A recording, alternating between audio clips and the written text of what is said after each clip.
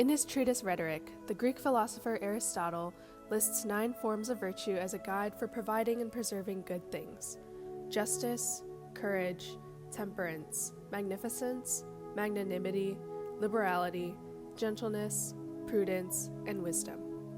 But these virtues don't live in isolation. Aristotle isn't telling people that they should be virtuous for the sake of virtuosity.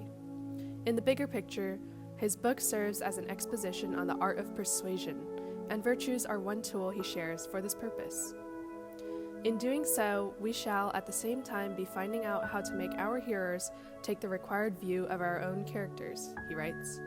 The ways in which to make them trust the goodness of other people are also the ways in which to make them trust our own.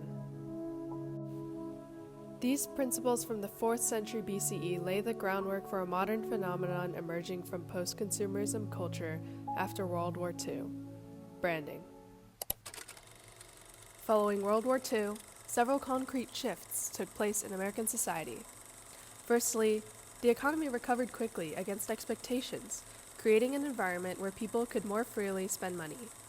Despite concerns that the U.S. would be unable to transition workers who made tanks and planes to making consumer goods, most workers were able to find new jobs quickly. Between the beginning of 1945, at the climax of the war, and the beginning of 1946, after the war had ended, unemployment rose only 3%, from 1% in 1945 to 4% in 1946. For context, the natural unemployment rate, a level that can be expected even in a healthy economy, in the United States is around 4.1 to 4.3% today, and even higher in 1946. Secondly, the end of World War II meant the end of the war's presence in people's homes and personal lives. With wartime rationing policies from 1942 to 1945 suddenly repealed after the war, people were eager to spend their money on goods beyond necessities. One of the first industries to meet this desire was the automobile industry. In this corner, Miss Ann Hart. Weight, 98 pounds. And in this corner, and we really mean cornered, is her 1956 Ford. Weight, 3,600 pounds. By the end of the 1950s, about 75% of Americans owned at least one car. Along with the liberty to buy desired goods once again, the end of rationing meant that Americans were allowed their full freedom from an ideological standpoint as well. Now watch how easily she makes this 1.5-ton car do what she wants it to do. Buying goods meant exercising your right to freedom. In other words, being a consumer was being an American. Historian Gary Cross writes, "Commodities gave people a sense of freedom, the means to establish new personal identities and to break with old ones without necessarily abandoning family, friends, and the common culture." These changes meant that Americans were poised to not only become voracious consumers, but consumers that saw individualism through the goods they purchased. People wanted goods that not only served a function, but also added to their identity, giving rise to pathos marketing. The need for marketing and branding is inherently tied with commodities. The word brand has its origins in Old English, meaning burning, which referred to the practice starting in the 15th century of burning a symbol into cattle or even slaves to signal ownership. Branding evolved from a mark of ownership to a representation of identity following the Industrial Revolution, where improved manufacturing processes meant mass production and an influx of differentiated products. Companies started having to show how their product was better than others in order for their product to stand out. However, it was only after World War II that a true consumer's culture, where success and well-being were tied to the ability to acquire goods, emerged. Let's look at logos as one aspect of marketing. Each company's logo, instantly recognizable and distinguished from the rest, has evolved to reflect the company, its products, and its values as a whole. Logos are just one part of a company's brand and marketing strategy, serving as the most compact representation of the company. It condenses mission statements, advertising campaigns, and images associated with brands into a single symbol. The expansion of a company's image to not only be represented by its products, but also its values, means that as a consumer of a product, one aligns themselves with the values of that brand.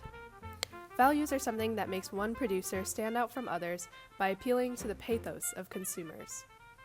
I care about the environment, one might say, so I use Dawn soap. even though users of Dawn have no idea how their purchase directly helps the environment.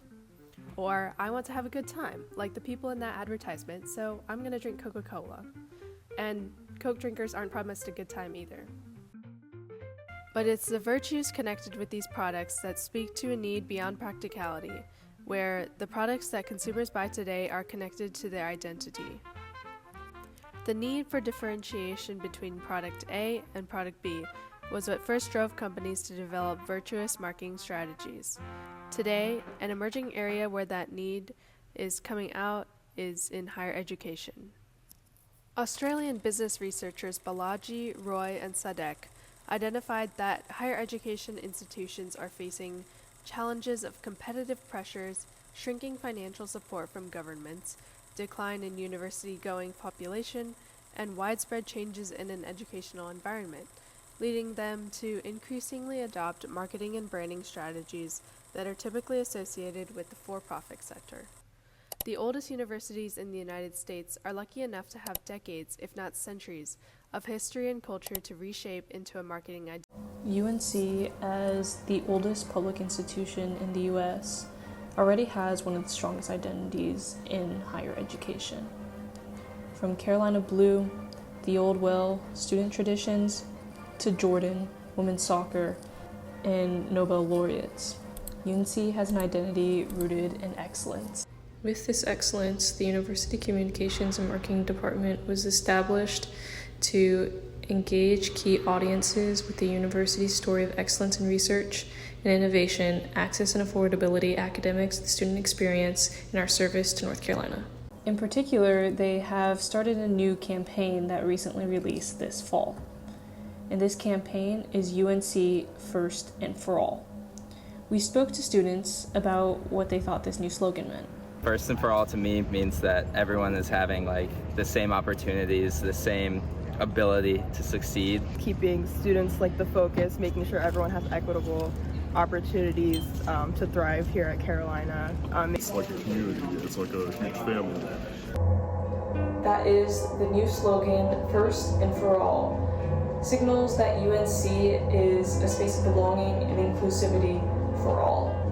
However, this is not the case for the 3.1% of students, as reported by the UNC SERU in 2024, that have a physical disability that affect the way that they interact with the UNC campus.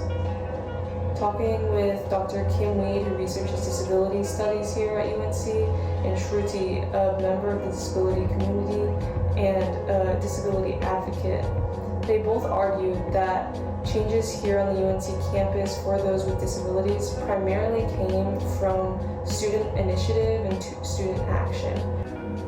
Changes to the UNC campus, such as adding a ramp to the Old Well, which is a core part of UNC's identity, have been made. While UNC has made some changes in increasing the accessibility for people with physical disabilities on campus, there still remains many problems such as common elevator outages and buildings such as this Haynes Art Center still having no accessible restrooms, which forced Carolina alum Sarah Ferguson to change her degree. Since UNC is not completely accessible and inviting to this 3.1% of the student population, by counterexample, it is not first and for all. Rather, this is a virtue signal.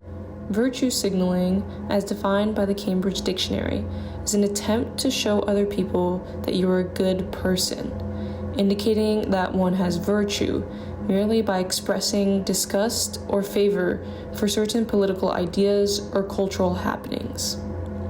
This term was popularized in 2015 by British journalist James Bartholomew in his article, The Awful Rise of Virtue Signaling.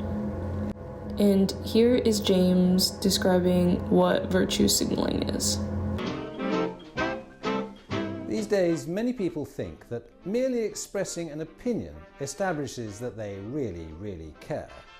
They use wristbands, hashtags, tweets, ribbons and t-shirts to show they have fashionably right-on opinions.